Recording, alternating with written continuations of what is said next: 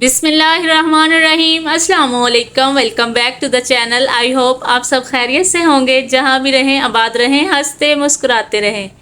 तो जी nausea in kitchen में आज मैं आपसे शेयर करूँगी बीफ शोरबे वाला, जो कि बनाना बहुत ही आसान है और बहुत ही टेस्टी बनकर तैयार होता है। जैसे कि हमारी नानी और दादी वगैरह बनाते थे बिल्कुल सिंपल तरीके से, आज उसी तरीके से हम आपके साथ ये रेसिपी शेयर करेंगे।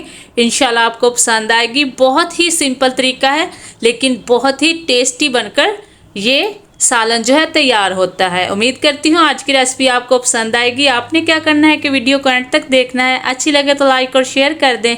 नौशा इन किचन को सब्सक्राइब भी कर दें।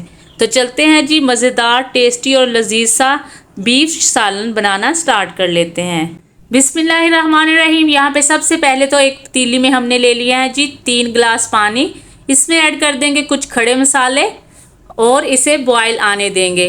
पानी में जब बॉयल आना स्टार्ट हो जाएगा तब हम इसमें ऐड करेंगे प्याज। यहाँ पे 2 बड़े साइज़ के प्याज का इस्तेमाल कर रहे हैं, क्योंकि हमने बीफ जो है वो शोरबे वाला बनाना है, उसी हिसाब से इसमें प्याज ऐड करेंगे। 2 टेबलस्पून के करीब इसमें ऐड कर देंगे जी लहसुन, और प्याज और लहसुन को कवर कर देंगे और इसे पकाएंगे तकरीबन 1 से 2 मिनट। इसे अच्छे से पका लेंगे। इससे क्या होगा कि गोश्त की जो स्मेल है वो बहुत ही अच्छे से ख़त्म हो जाती है। तो यहाँ पे 2 मिनट प्याज को पका लेने के बाद इसमें ऐड कर देंगे जी बीफ। यहाँ पे हमने 1.5 किलो बीफ लिया है, जिसे अच्छे से वॉश करके स्ट्रेनर में निकाल लिया था। इसे थोड़ा सा मिक्स कर लेंगे और इसे भी कवर लगा के रख देंगे पकने के लिए। हम यहाँ पे पतीली में बना रहे हैं, अगर आप चाहें तो प्रेशर कुकर का भी इस्तेमाल कर सकते हैं। उसमें बहुत ही कम टाइम में बनकर तैयार हो जाता है ये सालन। तो जी अच्छे से मिक्स कर लेने के बाद इसे कवर लगा देंगे और तकरीबन 10 मिनट पकने के लिए छोड़ देंगे, ताकि बीफ जो है वो अच्छे से सॉफ्ट हो जाए और पानी भी खुश्क हो जाए। जैसा कि बड़ी ईद आने वाली है तो आपने इस रेसिपी को ज़रूर ट्राई करना है और अपना प्यारा सा फीडबैक भी देना है।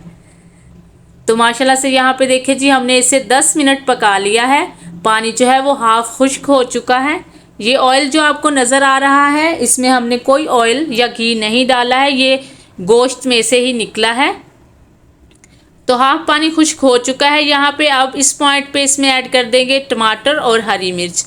5 अदद हरी मिर्चें ली और 2 बड़े साइज़ के टमाटर बारीक कट करके इसमें ऐड कर देंगे और इसे भी अच्छे से मिक्स कर लेंगे। अब इसमें शामिल करेंगे कुछ स्पाइसेस।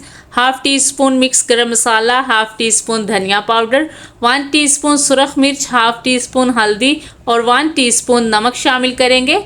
बाद में इसे में नमक चेक करके मज़ीद नमक ऐड करने का ऑप्शन हमारे पास मौजूद है। तो इन स्पाइसेस को भी इसमें अच्छे से मिक्स कर लेंगे और इसको दोबारा से कवर लगा देंगे और पकने के लिए छोड़ देंगे। जितने स्पाइसेस हमने इसमें ऐड किए हैं उससे बहुत ही लाइट सा ये बनता है। जैसा कि गर्मी का मौसम है तो ज़्यादा स्पाइसी खाने जो हैं वो अच्छे नहीं लगते, तो स्पाइसेस जो हैं वो आप अपने हिसाब से सेट कीजिएगा। तो यहाँ पे मज़ीद इसे 5 मिनट कुक कर लेने के बाद पानी जो है वो काफ़ी खुश्क हो चुका है और तकरीबन आधा गिलास पानी जो है वो बच गया है। इस पॉइंट पे इसमें घी ऐड कर देंगे और इस पानी को इसी तरह चम्मच को चलाते हुए हमने खुश्क कर लेना है। अब इसे मज़ीद कवर नहीं करेंगे, क्योंकि गोश्त बना रहे हैं और गोश्त को जितना कवर करके पकाया जाए उसकी ग़िज़ाइयत उतनी ही बरकरार रहती है। तो यहाँ पे पानी जो है खुश्क हो चुका है। इस पॉइंट पे इसमें मज़ीद खुशबूदार मसाले ऐड करेंगे। 1 टीस्पून धनिया पाउडर और 1/2 टीस्पून मिक्स गरम मसाला ऐड कर देंगे। इससे क्या होगा कि भुनाई के टाइम अगर ये खुशबूदार मसाले ऐड किए जाएँ तो इसकी खुशबू तो डबल होती है, टेस्ट भी डबल हो जाता है। बहुत ही अच्छा सा टेस्ट आता है, क्योंकि कोई भी गोश्त बनाए, मटन, बीफ या फिर चिकन, उसमें भुनाई के टाइम आपको एक्स्ट्रा टाइम देना ही होता है, क्योंकि जितनी अच्छी गोश्त की भुनाई की जाएगी उसका टेस्ट उतना ही ज़्यादा डेवलप होगा। तो यहाँ पे 10 मिनट हमने इसकी भुनाई की है। अब इसमें इतना पानी ऐड करेंगे जितना आपने इसमें शोरबा बनाना है। तो यहाँ पे हमने तकरीबन 1.5 गिलास पानी ऐड किया है। इसे हल्का सा मिक्स करेंगे और इसे तकरीबन 3 से 4 मिनट मज़ीद पकने के लिए छोड़ देंगे लो टू मीडियम फ्लेम पे, ताकि पानी का जो कच्चापन है वो भी ख़त्म हो जाए। इसलिए इसे दोबारा से कवर करके पकने के लिए छोड़ देंगे। तो माशाल्लाह से यहाँ पे हमने 4 मिनट इसे मज़ीद पका लिया है। अब हमने क्या करना है कि इसे दोबारा से कवर लगा देंगे, फ्लेम को ऑफ कर देंगे और 5 मिनट के लिए दम पे छोड़ देंगे। तो माशाल्लाह से देखें जी, बहुत ही मज़ेदार, लजीज, टेस्टी और खुशबूदार सा बीफ का सालन जो है यहाँ पे तैयार हो चुका है।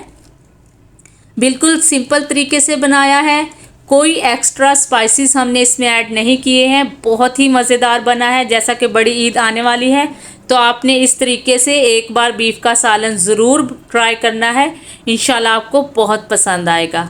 उम्मीद करती हूँ आज की ये छोटी सी रेसिपी भी आपको पसंद आई होगी। रेसिपी अगर ज़रा सी भी अच्छी लगी है तो इसे लाइक और शेयर करें, नौशा इन किचन को सब्सक्राइब भी कर दें। तो जी अगली रेसिपी तक दीजिए इजाज़त। अपना और इस चैनल का बहुत सारा ख्याल रखिए। आयशा को भी हमेशा अपनी दुआ में याद रखिए। अल्लाह हाफिज़।